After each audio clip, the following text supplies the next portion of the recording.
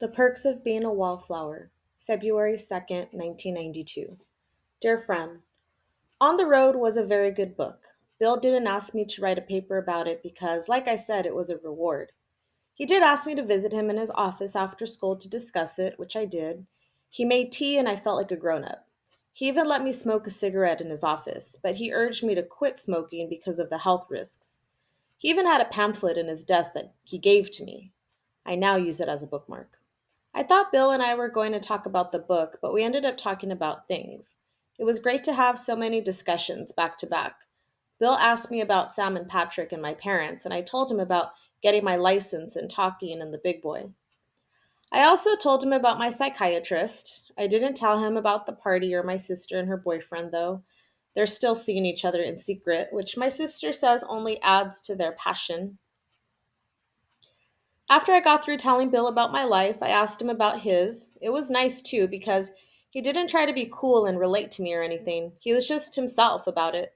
He said that he studied undergraduate work at some college in the West that didn't give grades, which I thought was peculiar, but Bill said it was the best education he ever got. He said he'd give me a brochure when the time was right. After he went to Brown University for graduate school, Bill traveled around Europe for a while, and when he came home, he joined Teach for America. When this year is over, he thinks he is going to move to New York and write plays. I guess he's still pretty young, although I thought it would be rude to ask him. I did ask him if he had a girlfriend, though, and he said he didn't. He seemed sad when he said it too, but I decided not to pry because I thought that would be too personal. Then he gave me my next book to read. It's called Naked Lunch. I started reading it when I got home, and to tell you the truth, I don't know what the guy is talking about. I would never tell Bill this. Sam told me that William Burroughs wrote the book when he was on heroin, and that I should go with the flow. So I did. I still had no idea what he was talking about, so I went downstairs to watch TV with my sister. The show was Gomer Pyle, and my sister was very quiet and moody. I tried to talk to her, but she just told me to shut up and leave her alone. So I watched the show for a few minutes, but it made even less sense to me than the book. So I decided to do my math homework, which was a mistake because math has never made any sense to me. I was just confused all day. So I tried to help my mom in the kitchen, but I dropped the casserole, so she told me to read in my room until my father came home. But reading is what started this whole mess in the first place. Luckily, my father came home before I could pick up the book again, but he told me to stop hanging on his shoulders like a monkey because he wanted to watch the hockey game. I watched the hockey game with him for a while, but I couldn't stop asking him questions about which countries the players are from, and he was resting his eyes, which means he was sleeping but didn't want me to change the channel. So he told me to go watch TV with my sister, which I did, but she told me to go help my mom in the kitchen, which I did, but then she told me to go to read in my room, which I did.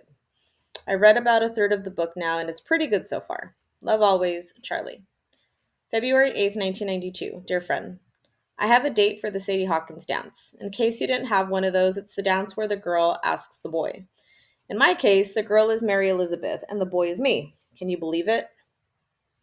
I think it started when I was helping Mary Elizabeth staple the latest issue of Punk Rocky on Friday before we went to the Rocky Horror Picture Show. Mary Elizabeth was so nice that day. She said that it was the best issue we'd ever had for two reasons, and both of those reasons were mine. First of all, it was in color, and second, it had the poem that I gave Patrick in it. It really was a great issue. I think I'll even think so when I'm older. Craig included some of his color photographs. Sam included some underground news on some bands. Mary Elizabeth wrote an article about the Democratic candidates. Bob included a reprint of a pro hemp pamphlet. And Patrick made this fake coupon advertising a free blowjob for anyone who buys a smiley cookie at the Big Boy. Some restrictions apply. There was even a nude photograph from the back of Patrick, if you can believe it. Sam had Craig take the picture. Mary Elizabeth told everyone to keep it a secret that the photograph was Patrick, which everybody did except Patrick. All night he kept yelling, "Flaunt it, baby, flaunt it," which is his favorite line from his favorite movie, The Producers. Mary Elizabeth told me she thought that Patrick asked her to put the photograph in the issue so Brad could have a photograph of him without it being suspicious. But he wouldn't say for sure. Brad bought a copy without even looking at it, so maybe she was right. When I went to the Rocky Horror Picture Show that night, Mary Elizabeth was really mad because Craig didn't show up. Nobody knew why, not even Sam. The problem was nobody was there to play Rocky, the muscular robot. I'm not quite sure what he is. After looking around at everybody, Mary Elizabeth turned to me. Charlie, how many times have you seen this show? 10. Do you think you can play Rocky? I'm not cut and hunky. Doesn't matter. Can you play him? I guess. Do you guess or do you know? I guess. Good enough.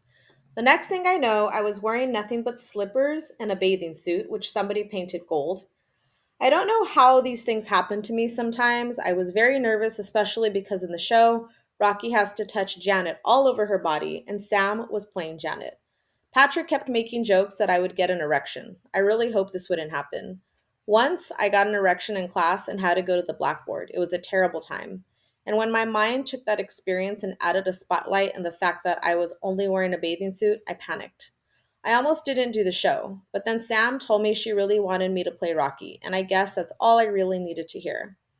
I won't go into detail about the whole show, but I had the best time I ever had in my whole life. I'm not kidding. I got to pretend that I was singing, and I got to dance around, and I got to wear a feather boa in the grand finale, which I wouldn't have thought anything of because it's part of the show. But Patrick couldn't stop talking about it. Charlie in a feather bow, Charlie in a feather bow. He just couldn't stop laughing. But the best part was the scene with Janet where we had to touch each other. It wasn't the best part because I got to touch Sam and have her touch me. It's the exact opposite. I know that sounds dumb, but it's true. Just before the scene, I thought about Sam and I thought that if I touched her in that way on stage and meant it, it would be cheap. And as much as I think I might want to someday touch her like that, I never want it to be cheap. I don't want it to be Rocky and Janet. I want it to be Sam and I. And I want her to mean it back. So we just played. When the show was over, we all bowed together and there was applause everywhere. Patrick even shoved me in front of the rest of the cast to take my own personal bow. I think this is the initiation for new cast members. All I could think was how nice it was that everyone applauded for me and how glad I was that nobody in my family was there to see me play Rocky in a feather boa, especially my dad. I did get an erection though, but not until later in the parking lot of the Big Boy. That's when Mary Elizabeth asked me to the Sadie Hawkins dance after she said, "You looked really good in your costume." I like girls, I really do, because they can think you look good in a bathing suit even when you don't. The erection made me feel guilty in hindsight, though, but I guess it couldn't be helped. I told my sister about having a date for the dance, but she was really distracted. Then I tried to ask her advice about how to treat a girl on a date since I've never had a date before, but she wouldn't answer. She wasn't being mean, she was just staring off into space. I asked her if she was okay, and she said that she needed to be alone, so I went up and finished naked lunch. After I finished, I just laid around in my bed, looking at the ceiling, and I smiled because it was a nice kind of quiet. Love always, Charlie. February 9th, 1992. Dear friend, I have to say something about my last letter. I know that Sam would never ask me to the dance. I know that she would bring Craig, and if not Craig, then Patrick, since Brad's girlfriend, Nancy, is going with Brad. I think Mary Elizabeth is a really smart and pretty person, and I'm glad that she is my first date ever. But after I said yes, and Mary Elizabeth announced it to the group, I wanted Sam to be jealous. I know it's wrong to want something like that, but I really did. Sam wasn't jealous, though. To tell you the truth, I don't think she could have been happier about it, which was hard. She even told me how to treat a girl on a date, which was very interesting. She said that with a girl like Mary Elizabeth, you shouldn't tell her she looks pretty. You should tell her how nice her outfit is because her outfit is her choice, whereas her face isn't. She also said that with some girls, you should do things like open car doors and buy flowers, but with Mary Elizabeth, especially since it's the Sadie Hawkins dance, I shouldn't do that. So I asked her what I should do, and she said that I should ask a lot of questions and not mind when Mary Elizabeth doesn't stop talking. I said that it didn't sound very democratic, but Sam said she does it all the time with boys. Sam did say that sex things were tricky with Mary Elizabeth since she's had boyfriends before and is a lot more experienced than I am. She said that the best thing to do when you don't know what to do during anything sexual is pay attention to how that person is kissing you and kiss them back the same way. She says that this is very sensitive, which I certainly want to be. So I said, "Can you show me?" And she said, "Don't be smart." We talk to each other like that every now and then. It always makes her laugh. After Sam showed me a Zippo lighter trick, I asked her more about Mary Elizabeth. What if I don't want to do anything sexual with her? Just say you're not ready. Does that work? Sometimes. I wanted to ask Sam about the other side of sometimes, but I didn't want to be too personal, and I didn't want to know deep down. I wish I could stop being in love with Sam. I really do. Love always, Charlie.